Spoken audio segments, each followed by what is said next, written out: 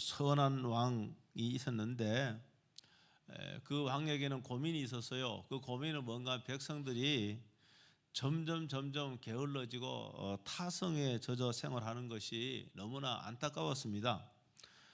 그래서 백성들에게 한 가지 교훈을 주기로 마음을 먹었습니다.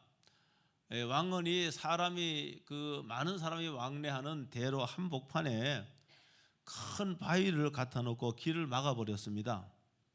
그리고 근처에 숨어서 백성들이 어떻게 하는지를 살펴보기로 했습니다. 과연 어떤 일이 벌어질까? 백성들이 모두 힘을 합쳐서 이 바위를 치울까? 아니면 낙심해서 발걸음을 돌릴까? 이 상황을 몰래 지켜본 왕은 대부분의 백성들이 예외 없이 그냥 돌아가는 것을 목격을 하게 됩니다. 기껏해야 바위를 치우려고 애쓰는 척하는 사람들조차서 이내 포기하고 돌아가 버리는 것입니다. 이들 가운데 불평을 늘어놓는 사람도 있고요, 또 왕을 비난하는 사람도 있고요, 또 어떤 사람 이거 어떻게 하면 좋겠느냐고 발을 동동 구르거나 자신이 오늘 하필 운이 없는 날이라고 이렇게 자신을 탓하는 사람도 있었습니다. 길 한가운데 버티고 있는 이 돌을 어떻게 해결해야 될지 현실적인 대책을 세우고 힘쓰는 사람은 한 사람도 없었습니다. 그런데 며칠 후 농부 한 사람이 이곳에 나타났습니다. 그는 쉽사리 포기하지 않았습니다. 바위를 치워보려고 있는 힘을 다했지만은 바위는 조금도 꿈쩍이지 않았습니다. 그때 농부에게 한 가지 묘수가 또 올랐던 것 같습니다. 그는 근처 숲으로 들어가서 사방을 돌아다니면서 무엇인가 찾는 것 같았습니다. 한참 후에 지렛대로 쓸만한 큰 나뭇가지를 만들어 가지고 와서 그는 바위를 굴러내기 시작했습니다. 드디어 이제 사람들이 통행할 만큼 돌을 가장 자리 쪽으로 밀어내는데 성공을 했습니다. 그런데 이게 웬일입니까?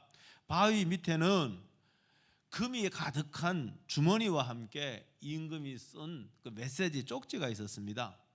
그 내용은 뭔가 하면은 모든 장애물에는 더 나은 현실을 만들 수 있는 기회가 숨어 있다, 이 말이었습니다. 많은 사람들은요, 장애물 앞에 삶을 살 적에 장애물이 있지 않습니까? 쉽게 포기해 버립니다. 장애물에는 외적인 것도 있고 내적인 것이 있을 수가 있습니다. 외적인 것은 내가 돈이 너무 없다는 거, 내가 외모가 지금 별 볼 일 없다는 거, 아니면 내가 학벌이 없다는 거, 아니면 내가 사회적 포지션이 내가 전혀 없다는 거, 그러니까 외적인 그 장애물로 삼을 수가 있고요. 내적인 것에는 조그만 일에도 말입니다, 절망해버리고, 그 다음에 조그만 일에도 두려움을 느끼고, 자존감도 하나도 없고 경험도 없고, 이런 등등이 이 내적인 그런 장애물이 될 수 있습니다. 사실 많은 사람들이 장애물을 포기해버립니다, 장애물 앞에서.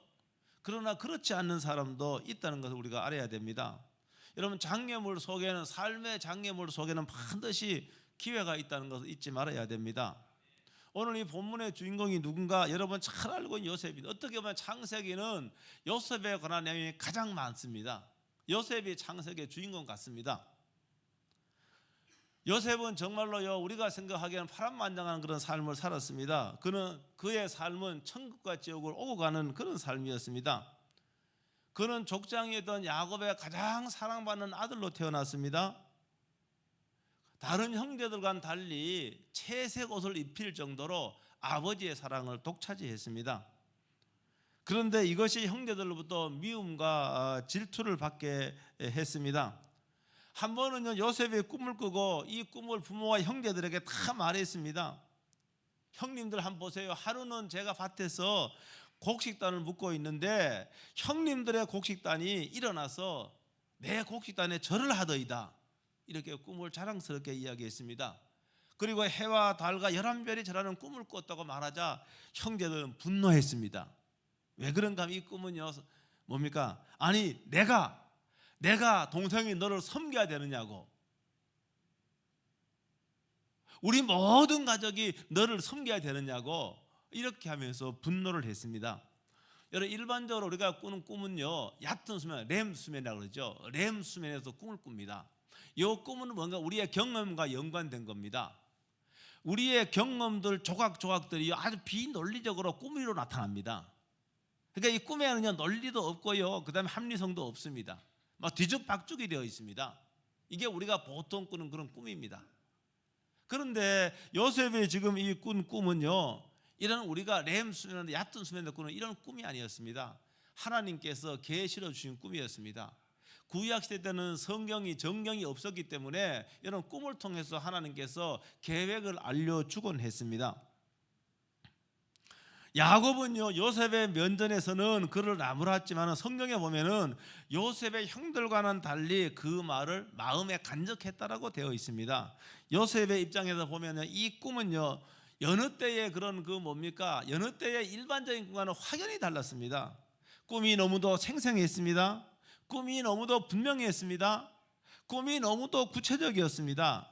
그는 장래에 이루어질 것이라는 확신도 그에게는 있었을 겁니다. 하나님의 계시라고 한다면 그럴 거예요. 분명합니다. 이거는 요셉이 그 당시에 하나님에 대한 인식이 있었다면은 이 꿈의 근원이 자신의 경험이 아니라 하나님이라는 사실을 그는 믿었을 겁니다. 그런데 그 후에 요셉의 삶은요 꿈과는 정반대로 흘러간다는 것을 우리들이 기억할 필요가 있습니다. 아마도 요셉은 내 인생은 이제 탄탄대로 열릴 거다 그렇게 생각할 수가 있습니다. 그런데 현실은 그 반대로 흘러갑니다. 아버지의 심부름으로 헤브론에서 세겜까지 한 100km쯤 됩니다. 한 3일 거리 되겠죠. 걸어서 가면은 형들에게 갑니다. 그런데 형들은요 이 요셉에 대해서 굉장히 질투하고 분노하고 있었기 때문에 그들은 모의를 해서 이참에 이 요셉을 죽이기로 모의를 합니다. 그리고 깊은 웅덩이에 던져버립니다. 그런 생각이 좀 바뀌어져서 이 요셉을 길을 지나는 미디안 사람들에게 은 30을 받고 팔아버립니다. 그러니까 요셉은요 인신매매를 당한 겁니다. 오늘 읽은 본문에서는 애굽으로 끌려간 요셉은 노예입니다. 지금 종님 노예입니다. 애굽으로 끌려간 요셉은 바로 왕의 시위대장 보디발의 노예가 됩니다. 그러니까 하루아침에 전혀 예상하지 못한 여러분 나락으로 떨어진 겁니다. 요셉이. 그러나 오늘 말씀에 보면은 그곳에서 요셉은 애굽의 시위대장 보디발의 절대 신임을 받게 됩니다. 보디발은 그의 모든 재산을 노예했던 요셉에게 맡겼습니다. 요셉이 억울한 누명을 쓰고 또 시대장의 집에 있는 그런 그 감옥에 또 갇히게 됩니다. 이 감옥은 왕의 죄수들을 가두는 감옥이기도 했습니다. 그런데 이 감옥에서 요셉의 하는 것을 체킹했던 간수장이 그 감옥의 모든 재반 업무도 요셉에게 맡길 정도로 신뢰를 한 몸에 받았습니다. 여러분 그런데 요셉은요 이 감옥에서 애굽 바로 왕의 최측근들을 감옥에서 만나게 됩니다. 그리고 그들의 꿈도 하나님의 지혜로 해석을 하게 됩니다. 요셉이 해석한 것과 같이 술 맡은 관원장은 그 직이 회복이 되었습니다. 그리고 떡 굽는 관원장은 요셉의 그 꿈 해석과 같이 사형을 당하게 됩니다. 바로 왕이요 애굽의 바로 왕 이상하고 기괴한 꿈을 꾸게 됩니다. 그런데 세상에 그 꿈을 해석할 자가 없습니다.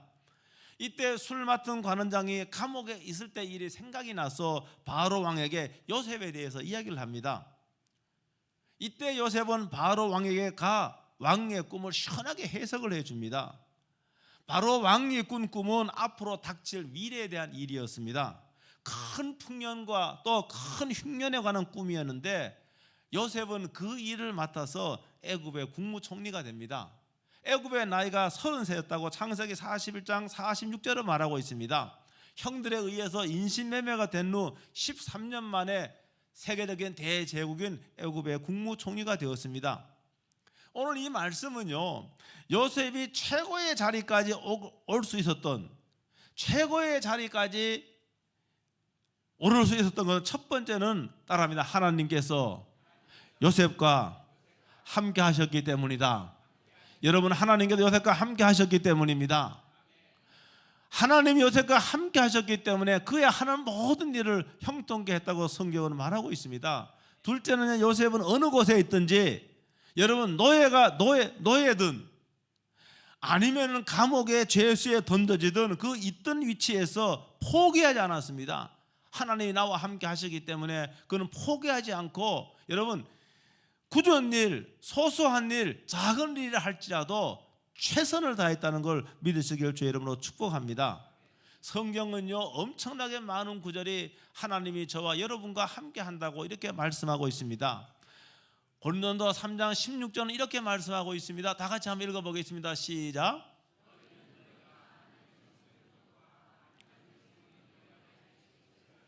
아멘. 하나님의 영 성령께서 거듭난 그리스도 영 속에 여러분 거주하고 계심을 믿으시길 주의 이름으로 축복합니다. 그렇게 약속하고 있습니다. 여러분 또 한 구절 보면 시편 23편 4절은 이렇게 말하고 있습니다. 다 같이 한번 읽어보겠습니다. 시작.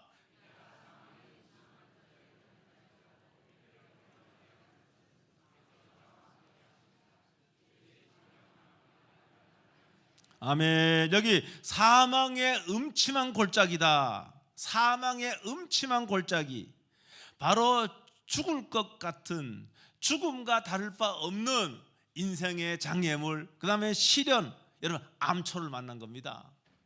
그렇지요.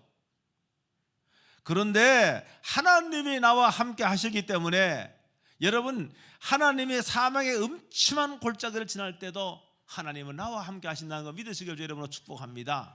여러분 그러니까 요셉이요 노예가 되어도 함께 하시는 거예요. 여러분 감옥에 던져져도 거기서 하나님은 함께 하시는 거예요. 그렇다고 한다면은 여러분 하나님이 함께 하신다고 해도 여러분 우리가 시련을 당하고 인생의 장애물을 만날 수 있다는 거예요. 요셉과 같이 배신당할 수도 있고요, 하루아침에 노예로 인생의 곤두박질 칠 수가 있습니다. 아니 다른 일로 우리의 인생이 하루아침에 곤두박질 칠 수가 있습니다. 우리는 내일 일을 알 수가 없습니다. 어떻게 합니까? 여러분 장담할 수 있습니까? 장담할 수 없는 거예요.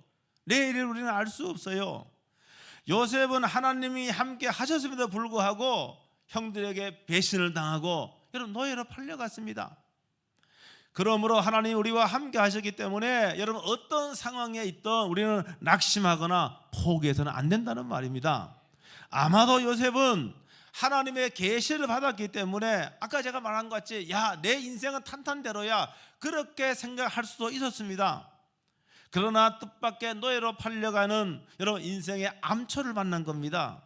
이런 상황에서 아마 제가 요셉의 입장이 돼 보면은, 제가 전후 관계 요셉의 쭉 보면은 요셉은 사실은요 형들에 의해서 죽게 될 그런 운명이었습니다. 죽게 될 운명이었어요. 그런데 하나님이 함께 하셨기 때문에 내가 생명을 보존받았구나, 저는 이렇게 감사했다고 믿습니다. 요셉의 일대를 전체 쭉 보면 그래요. 요셉이 형들에 의해 팔려갔지만은 형들에 대해서 분노하거나 원망하는 게 없었어요. 형들은 자기의 생명을 죽이려고 했지만은 여러분 생명을 보존받는 하나님의 특별한 은혜로 여겼습니다. 왜 그런가 하면은 뒤에 창세기 보면은요 나중에 가면 형들을 만나게 되지 않습니까? 애굽의 총리가 된 후에 형들은 요셉을 만나게 되는데 그들은 자신들의 과거의 한 악행 때문에 두려움에 떨고 있었습니다. 그런데 요셉은 형들에게 이렇게 말합니다. 창세기 45장 8절이에요. 다 같이 한번 읽어보겠습니다. 45장 8절 시작.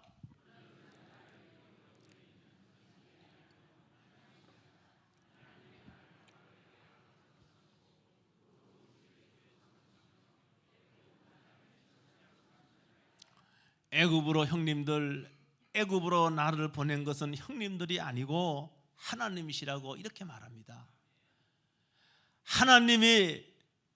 하나님께서 나를 높여 세워주기 위하여 형들의 손을 빌려서 애굽으로 오게 했다고, 이런 고백이 형들에 대한 분노가 있습니까? 원망이 있습니까? 하나도 없는 거예요. 창세기 50장 19절도 이렇게 말합니다. 두려워하지 마소서, 내가 하나님을 대신하리까, 이렇게 말합니다. 여러분, 그러니까 우리가요, 요셉, 우리가 분노가 쌓이고요, 불평이 있으면은요, 우리가 하는 일은 잘 되지 않습니다. 여러분, 원망 가운데 무슨 일 한번 해보세요. 효과 안 나타납니다. 여러분, 분노 가운데 무슨 일을 해보세요. 그거 그르치기 쉽습니다. 제대로 될 일이 없습니다. 그런데 요셉은 그런 거 없었어요. 분노나 원망을 품고 있었다면요, 여러분, 시위대랑 보디발의 집에서 인정받을 수가 없었을 겁니다. 형들을 내가 도대체 이렇게 나를 인신매매할 수가 있는가? 형들에 대한 분노가 있었다면은 여러분, 성실하게 노예가 하는 일, 자자한 일, 그런 일을 할 수 없었을 겁니다. 내가 이런 일을 할 천한 사람이 아니라고 그런 생각했을 겁니다. 그러면 성실하게 일할 수가 없죠. 요셉이 인정받을 수 있었던 것은 지혜와 성실함으로 일하였기 때문입니다. 요셉은 어디에 있든지, 여러분, 노예 위치에 떨어졌든 아니면 어디에 있든지 여러분, 최선을 다한 거예요. 그 일을 다 했습니다.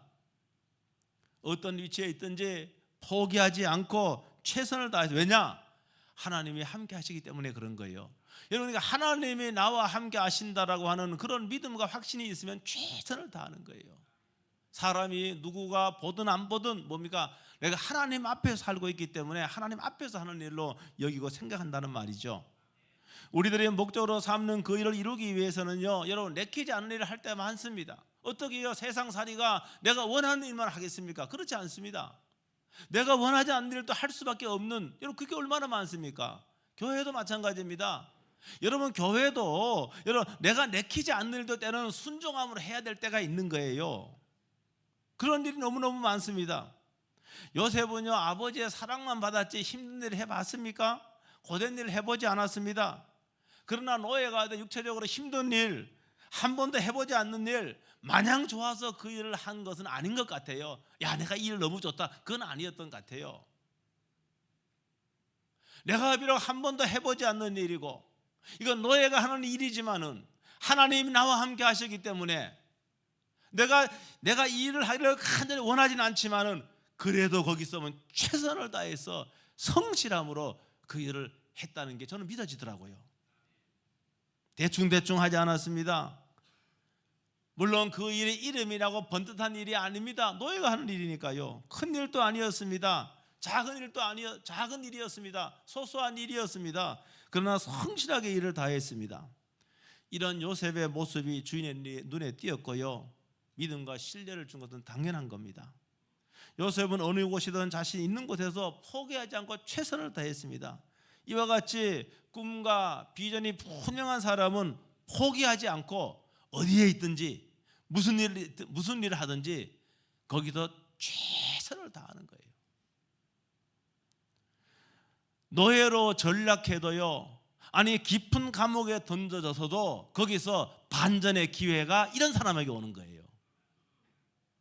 여러분, 그러니까 내가 뭐 일 내가 해, 내가 이런 데를 내가 할 내가 포지션도 아닌데, 그거 아니에요. 내가 노예가 되어도 감옥에 있어도 하나님 나와 함께 하시기 위한 최선을 다한다. 성실하게 내가 일을 감당해야 되겠다. 이럴 적에 여러분, 반전의 기회가 찾아오는 거예요. 하나님은요, 하나님의 섭리와 뜻을 이루기 위해서 우리를 연단하시잖아요. 하나님의 뜻을 이루기 위해서는 때로는요, 수많은 상황에서 우리가 실패해 보기도 하고요, 또 억울한 일 당해 보기도 하고요, 또는 삶의 암초를 만나기도 하십니다. 여러분, 그러므로 우리들은요, 이런 어떤 상황에서도 여러분 낙심하지 말아야 됩니다. 여러분, 포기하지 말아야 됩니다. 우리가 호흡이 있고 가슴이 뛰고 있다면 결코 포기해서는 안 됩니다. 왜냐? 하나님의 말씀을 붙잡으면 되는 거예요. 로마서 8장 26절은 이렇게 말씀하고 있습니다. 다 같이 한번 읽어보겠습니다. 시작. 하나님을 사랑하는 자, 곧 그 뜻대로 부르심을 입은 자들에게는 모든 것이 합력하여 선을 이루느니라. 아멘. 모든 것이 합력하여 선을 이룬다고 했습니다. 이 모든 것에서는 실패도 들어가고 성공도 들어가고, 그 다음에 또 뭡니까? 장애물도 있고, 그 다음에 또 배신도 당하고, 이거 다 포함하는 겁니다. 이 모든 것이 합력하여 여러분 선을 이룬다고, 하나님의 뜻을 이룬다고 이렇게 말씀하고 있습니다. 여러분, 실패도요 하나님의 섭리와 뜻을 이루는 도구로 사용되는 겁니다. 그래서 우리가 장애물을 만날 적에는 나의 한계를 아는 거예요. 내 한계를 알게 하고요. 또 인간적인 배신을 당할 적에는 내가 사람 의지하면 안 되겠구나, 하나님 의지해야 되는구나, 이걸 배우게 되는 거예요. 노예가 되고 지하 감옥에 갇혔지만은 그곳에서도 하나님은 요셉과 함께 하신 거예요. 그러므로 사랑하는 성도 여러분, 오늘 우리는 매일매일 살면서요 깊은 시련 가운데 또 인생의 장애물 가운데서도 반드시 여러분 절망하지 않고 포기하지 않고 뭡니까? 하나님을 찾으면은 성실하게 여러분 그 일을 다 하면은 여러분 역전의 은혜가 부어진다는 거 믿으시길 주의 이름으로 축복합니다. 비록 그것이 감옥 같은 곳이라고 해도 여러분 포기하지 말고 거기서 무릎을 꿇고 여러분 굳은 일, 여러분 작은 일을 할지라도 최선을 다하면은 하나님께서 또 다른 은혜를 부어 주십니다. 여러분 그런 은혜가 여러분의 삶 속에 있길 주의 이름으로 축복합니다. 기도하겠습니다. 오늘 말씀 붙잡고 통성으로 1분 동안 통성으로 기도하겠습니다.